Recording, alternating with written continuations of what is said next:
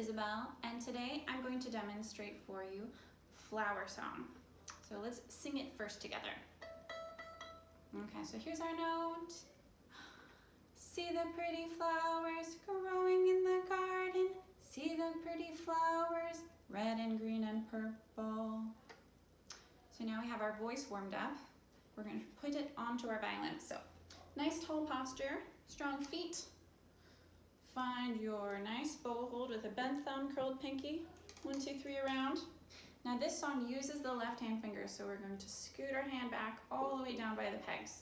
Nice open wrist and nice open window right here between the thumb and first finger. So flower song starts on the E string, so place your bow in the middle on the E string. 1, 2, ready, go. First finger, open E, roll to A string.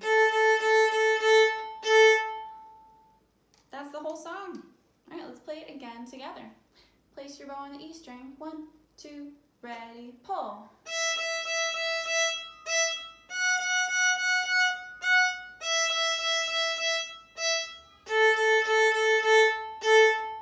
That is the flower song. Play this song 3 times a day, really clean and very organized with silent string crossings. Happy practicing.